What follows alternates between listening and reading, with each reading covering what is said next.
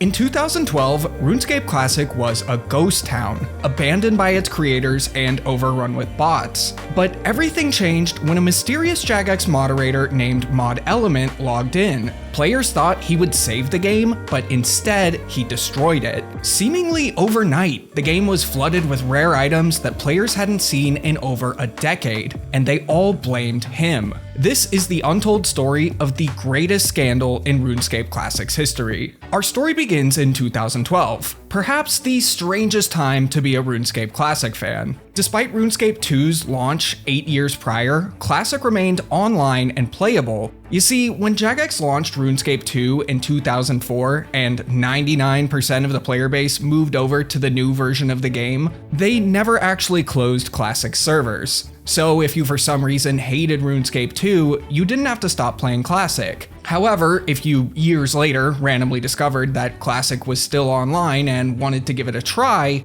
you couldn't. Jagex really didn't want you playing this version of RuneScape anymore. In 2006, Jagex closed Classic to new accounts, and if you hadn't logged into Classic in the last 6 months, you would no longer be able to play at all. This change is likely because most of the players still playing Classic then were bots. Jagex had long stopped development on Classic, but wanted to let those players who really cared about it to be able to continue playing. Over the next few years, Classic's player base would drop significantly.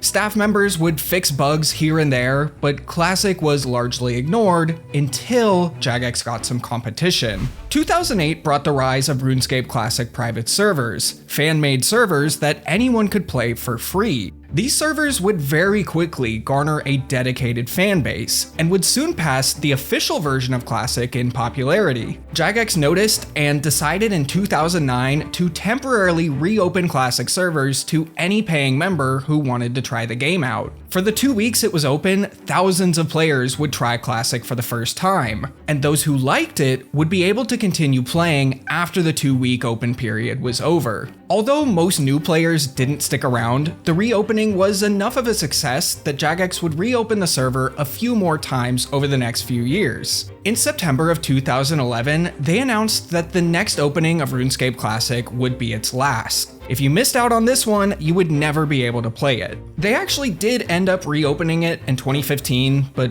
we'll pretend that didn't happen for now. This brings us right up to May of 2012. It's a few months after Classic's final reopening, and the game is in a pretty weird spot. If you logged into Classic back then, the first thing you'd notice is that nobody was talking. You'd see dozens of players training skills all over the game, but they wouldn't speak a word. That's because they were all bots. Now, just because most players were botting doesn't mean everyone was. Classic still had a small group of dedicated, legitimate players. They wished Jagex would give their version of the game more attention in the form of bug fixes and bot bans, but knew that door had closed. With the final reopening over and no in-game appearances from JMod since then, Classic players never expected any attention from Jagex ever again. But they were in for a big surprise when on May 8th, Mod Element showed up in Lumbridge. Mod Element would socialize with players, do a few things with his JMod powers that I want to discuss later, and then logged out.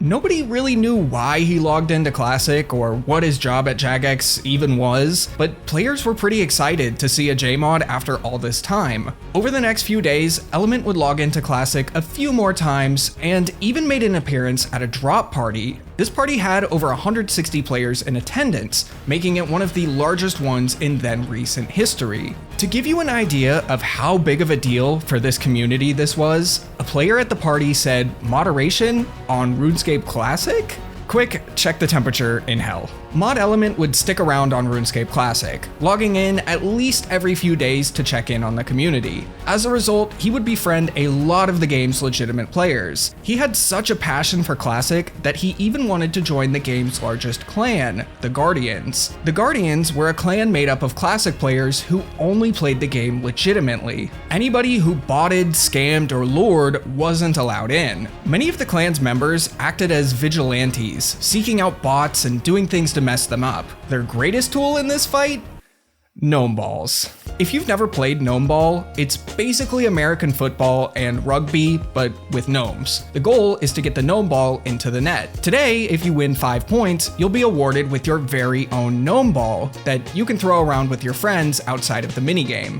But back in Classic, the only way to get a gnome ball was by smuggling one out. Although it was pretty easy. The gnomes would stop you if you tried to leave the arena with it, but all you had to do was teleport out. Just like today, you could throw gnome balls to other players even outside of the minigame, so legitimate players began collecting as many gnome balls as they could and would throw them at bots. If they had enough, they would fill up the bot's entire inventory and its script would break. Bot makers would figure out what these players were doing and adjust their scripts to be smarter, but players would just find a different exploit to have fun with. For example, luring U-tree bots with a line of U-logs leading to dangerous monsters. Bot makers would figure out what was happening again, patch it, and repeat. Now, back to Element wanting to join the Guardians. It seems like it would be a great deal to have a Jagex moderator in your clan, but there's an obvious conflict of interest. He could join the clan and give them preferential treatment, or steal items from rival clan members' accounts, and maybe even knock rival players offline while PKing, but no JMod would ever actually do that, right?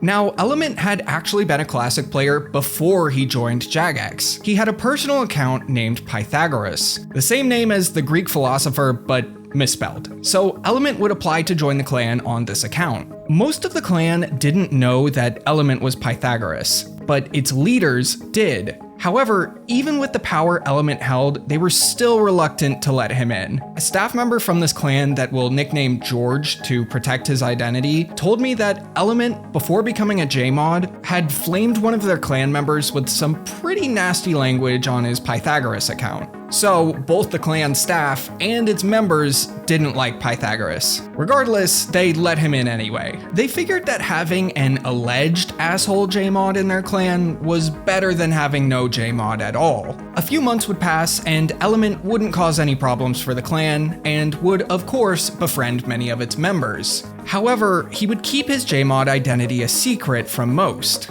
But now, I'd like to introduce you to a player named Axel. Axel had been playing RuneScape Classic since the game's early years, but not on one account. He got banned for botting on his account on multiple occasions, and would have to sign up for a new one a couple times. When RuneScape 2 launched and nearly everyone moved their accounts over to that version of the game, Axel stuck around on Classic. He had become fairly well known in the PKing community, but wasn't well liked. He had been accused of using a script to try and catch players who tried to run away during a fight, but he denied it. Axel actually denied ever botting on Classic, but nobody in the community believed him. Given his botting past, he wasn't allowed to join the Guardians, but a few of the clan's members knew of him and were on friendly terms. One day, George would receive a private message from Axel, asking him to meet him in Draenor Village. George showed up and then Axel would trade him, showing him that he had 2 Christmas crackers. George's jaw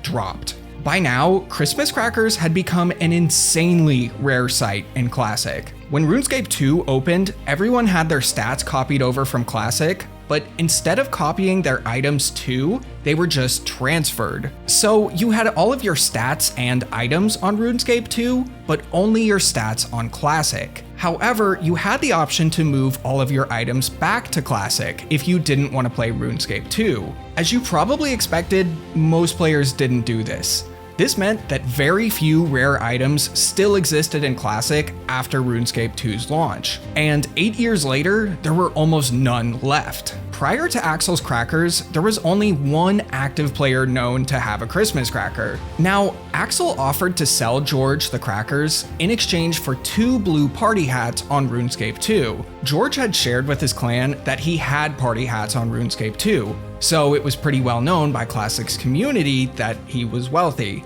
Not wanting to lose out on such a rare item, George quickly agreed. In the following days, Axel would begin to flaunt some seriously impressive wealth. He claimed to have a 2 billion stack of every certificate in the game, and even showed off a few to other players in the trade screen. Certificates are like RuneScape Classic's version of banknotes, but they redeem differently. One certificate is actually 5 of whatever the item is. So, for example, one shark certificate can be traded in for 5 sharks. His most impressive stack was his Dragon Bone certificates. His 2 billion Dragon Bone certificates would redeem for 10 billion Dragon Bones. Now, let's say you set up a blue dragon bot at the Ogre Enclave, the best area in the game to fight blue dragons at the time. You used best in slot gear, had max stats, and ran this bot 24/7. And had no competition. You'd get about 50 Dragon Bones an hour on the high end, meaning to reach 10 billion bones, it would take you 22,831 years.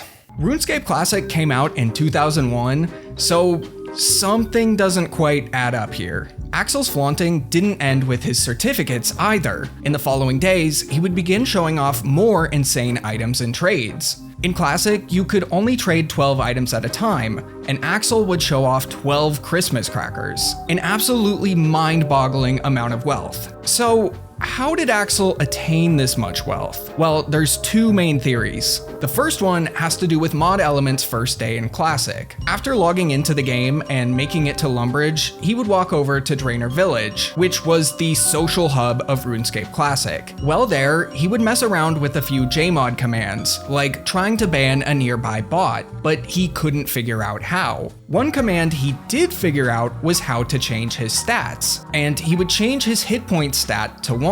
Sometime after, he would turn on no clipping and walk onto the nearby water. Guess what's right next to the water? 2 aggressive level 13 dark wizards. Perhaps Element died to one of these wizards when nobody was looking, and Axel picked up items that Element had spawned while messing around with his powers. Despite Draenor being Classic's social hub, most of the players there were just bots wearing flex gear with scripts running that stopped them from logging out. So it is possible that this could happen with very few witnesses. After all, there's only one surviving screenshot of Element's first day, but I personally subscribe to theory number 2. That Element spawned in items and gave them to Axel on purpose. Let's break down why. You may have noticed in the drop party footage that I showed earlier that Mod Element's username was Mod Element 2, but in the screenshot I just showed from his first day, his username was just Mod Element. Why would he have 2 accounts? Well, it's believed that Mod Element had to make a second account because he attempted to spawn in a stack of gold that was over the max limit of 2.147 billion. This broke his account, and seeing as how nobody at Jagex knew the intricacies of Classic's code anymore, nobody could fix it for him. So he had to sign up for a second account. In order to not brick his second account, anytime he wanted to spawn in a ton of an item, he would likely round down to 2 billion. This, to me, invalidates the first theory. The only way he could have died with all those certificates and rare items is if he spawned them all in, died, and then tried to spawn in over max cash, thus bricking his first account. That order of events just doesn't make sense to me. If you're still unconvinced, all of the items Axel had wouldn't fit in one inventory. If he truly had every certificate like he claimed,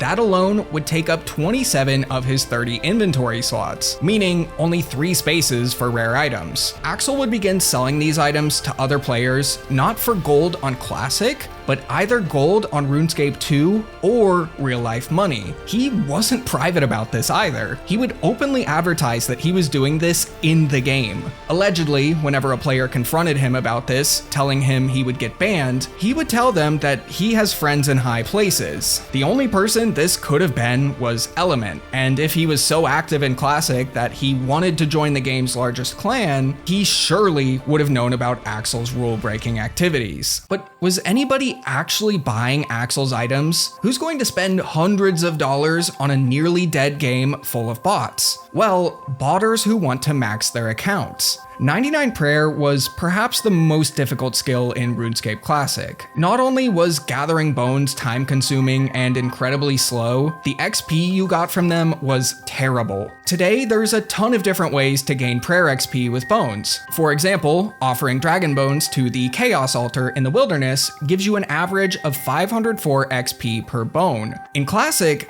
The only way to get prayer XP was by burying them, which gave 60 XP per bone. So let's go back to my previous example where your bot is getting 50 dragon bones per hour. If you're just burying the bones instead of banking them and only returning to the bank for more supplies, you probably earn a few more bones per hour. So let's be generous and say you can earn and bury 60 dragon bones per hour. To get from 1 to 99 prayer, it would take you roughly 150 days. But let's be realistic and say you're competing with a few other bots for these dragons. You're likely in for a year or more of grinding. It probably won't come as much of a surprise that when RuneScape 2 launched in 2004, nobody had achieved 99 prayer in Classic yet. So that explains why players might want Axel's massive amount of resources, but what about the other rare items? Well, if you're leaving your computer on for years at a time botting this game, of course you're going to be invested enough in it to want its rarest and most desired items. Even if the only other people who will care are other botters or the occasional legitimate player, remember those bots in Draenor whose only purpose was to show off their rare items?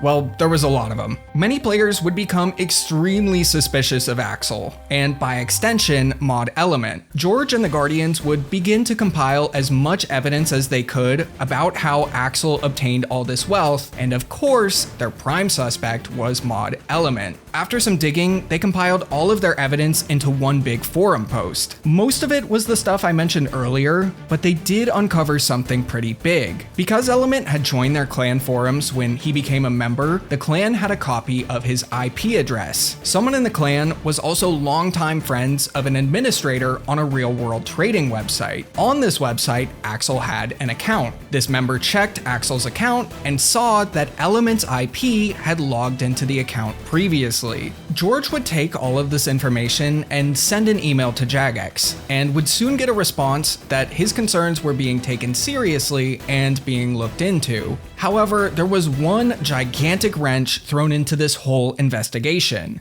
Some ex-Jagex moderators who George was friends with would inform him that it's actually impossible for a Jagex moderator to trade items to another player, even on Classic. But the items Axel had clearly weren't obtained legitimately. The Dragon Bones alone would be impossible to get normally. In one way or another, Element had to have transferred these items to Axel, although it likely wasn't through the trade system. Something to keep in mind is that by now, RuneScape Classic was incredibly buggy. When the game closed in 2018, there were at least 25 documented bugs that were never fixed, and those are just the ones that players knew enough about to write down. I have no doubt that if someone really wanted to, they could have found a way to transfer items from a JMod account to a regular player, and clearly, they did. Jagex must have come to the same conclusion, because Element would leave Jagex in the following days, although nobody seems to know if he got fired or left willingly. Regardless of which it was, Axel was never punished. Even after Element's departure, he would continue to sell the cheated-in items until he ran out. Soon after, he would disappear from the community entirely.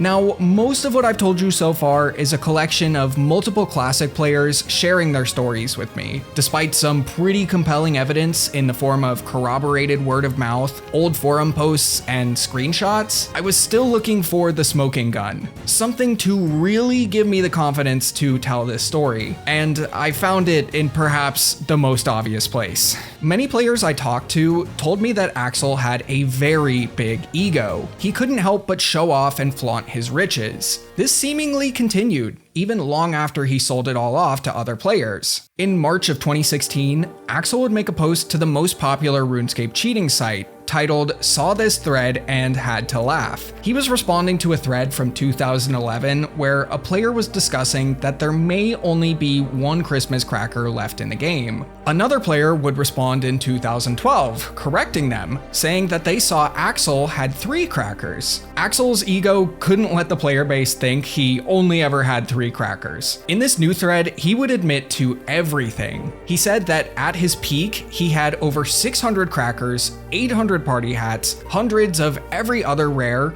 And of course, 2 billion of every certificate in the game. He said that he made $183,000 in 2012 and 2013 by selling these items, and posted PayPal screenshots to back it up, along with other screenshots from when he still had all the items. Finally, he would say that he got all of these rares because Jagex staff contacted me to make a side profit.